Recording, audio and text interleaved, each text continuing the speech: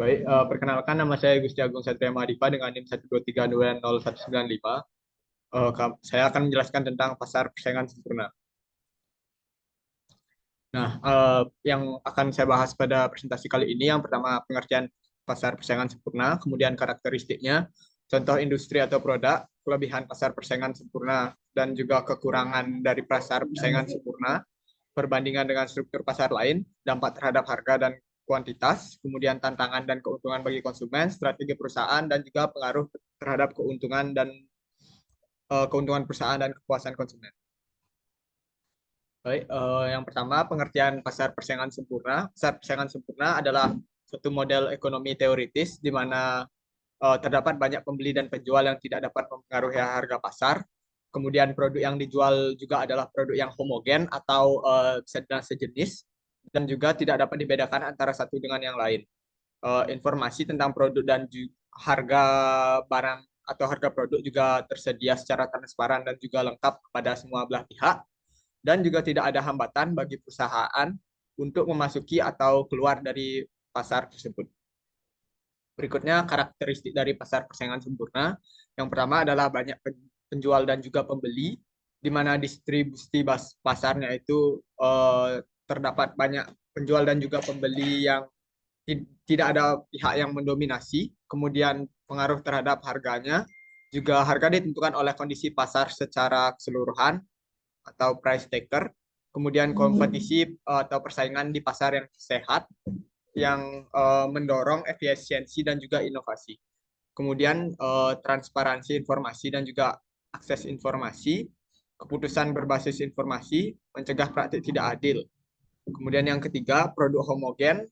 Yang pertama itu konsistensi produk identik, produknya itu identik antara satu dengan yang lain, baik dalam segi kualitas dan juga karakteristik. Kemudian tidak ada diferensiasi merek, karena produknya itu dianggap substitusi sempurna tanpa ada perbedaan merek. Kemudian pemilihan konsumennya juga keputusan pembelian itu didasarkan pada harga tanpa adanya preferensi merek. Kemudian yang terakhir adalah tanpa hambatan masuk dan keluar. Jadi akses untuk masuk pasarnya itu mudah sehingga mendorong kompetisi dan juga pengaruh terhadap efisiensi. Nah, kemudian ada contoh produk dari pasar persaingan sempurna. Yang pertama contohnya adalah pasar pertanian, produk yang dihasilkan gandum, yaitu banyak petani menghasilkan gandum secara mirip atau identik.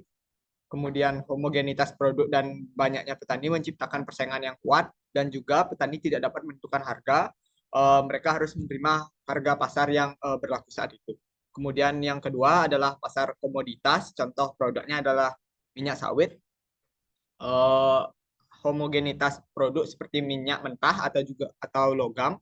Kemudian banyaknya produsen menciptakan persaingan yang kuat dan harga ditentukan oleh pasar dan permintaan global. Kemudian yang ketiga jasa pembersihan, jasa layanan kebersihan kantor. Kemudian selanjutnya penjualan pasar tradisional atau pasar ikan tradisional yang dijual produknya adalah udang.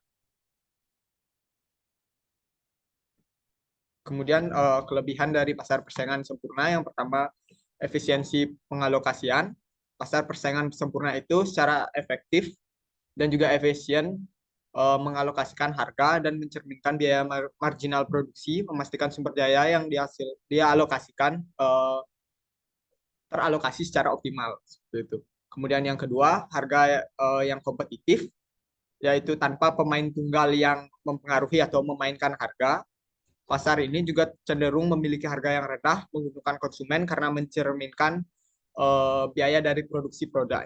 Kemudian yang ketiga, inovasi dan juga pilihan, meski produk dianggap homogen, persaingan mendorong inovasi untuk efisiensi dan juga memberikan konsumen lebih banyak pilihan.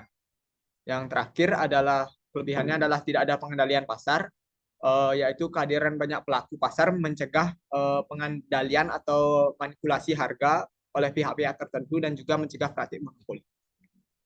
Next. Kekurangan dari pasar persaingan sempurna yang pertama adalah homogenitas produk,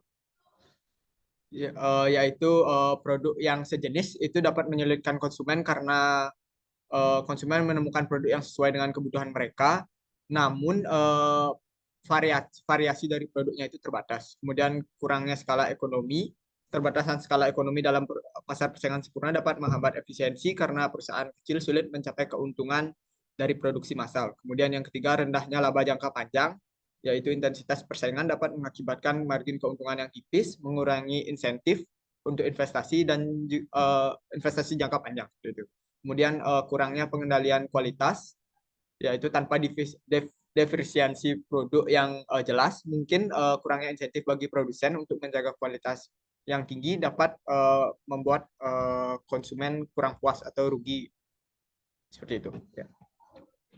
Kemudian perbandingannya dengan pasar lain, yaitu pertama perbandingan dengan pasar monopoli, di mana pasar persaingan sempurna itu harganya berdasarkan biaya marginal, efisiensi alokatif tinggi, dan juga banyak penjual. Pasar monopoli harga di atas biaya marginal, efisiensi alokatif rendah, dan juga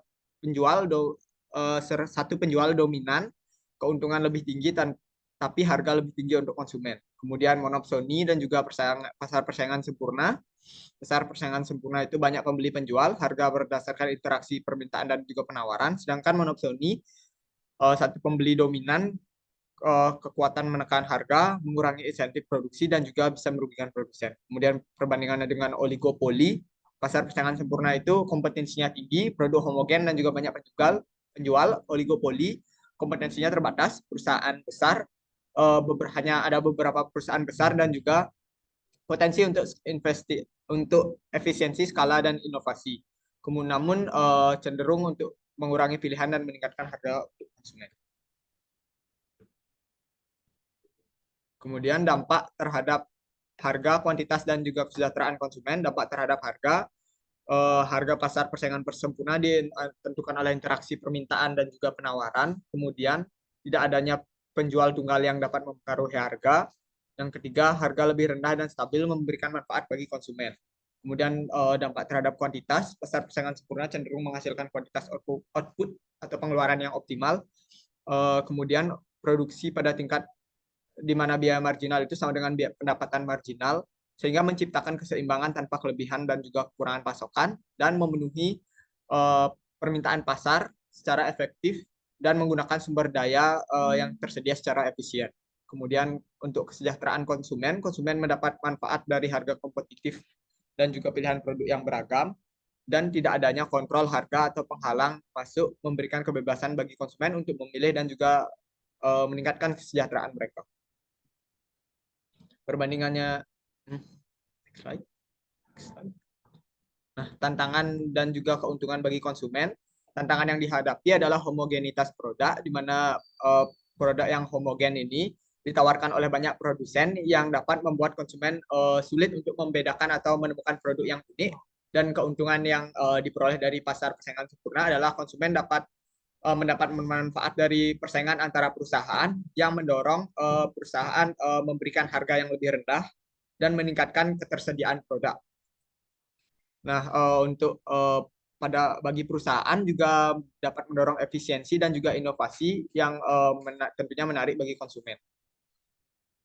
Strategi perusahaan yang dapat diterapkan, yang pertama efisiensi biaya dan inovasi yang meliputi efisiensi proses produksi, pengurangan limbah, dan penggunaan teknologi baru. Kemudian strategi perusahaan yang dapat dilakukan juga pemasaran atau branding, yang itu dapat dilakukan dengan fokus pada pelayanan pelanggan dengan memberikan pelayanan terbaik. Kemudian pengalaman pembelian, yaitu menciptakan pengalaman pembelian yang efektif, dan juga melalui pemasaran digital melalui platform-platform digital untuk meningkatkan visibilitas merek. Kemudian pengaruh terhadap keuntungan dan pengaruh terhadap keuntungan perusahaan dan kepuasan konsumen, yaitu bagi keuntungan perusahaan, margin keuntungan tipis, kemudian mendorong efisiensi, bagi kepuasan konsumen, tingkat kompetisi dan juga pilihan luas meningkatkan kepuasan, dan harga yang rendah, kualitas tinggi, dan variasi produk yang dapat meningkatkan kesejahteraan konsumen. Baik, kesimpulan dari presentasi kali ini adalah pasar persaingan sempurna itu dengan ciri banyak penjual dan pembeli serta produk yang homogen atau sejenis, menawarkan harga rendah dan efisiensi tinggi, meskipun margin keuntungan yang dihasilkan itu relatif tipis. Nah, jika dibandingkan dengan struktur pasar lainnya seperti monopoli, oligopoli, dan juga monopsoni terhadap perbedaan mendasar.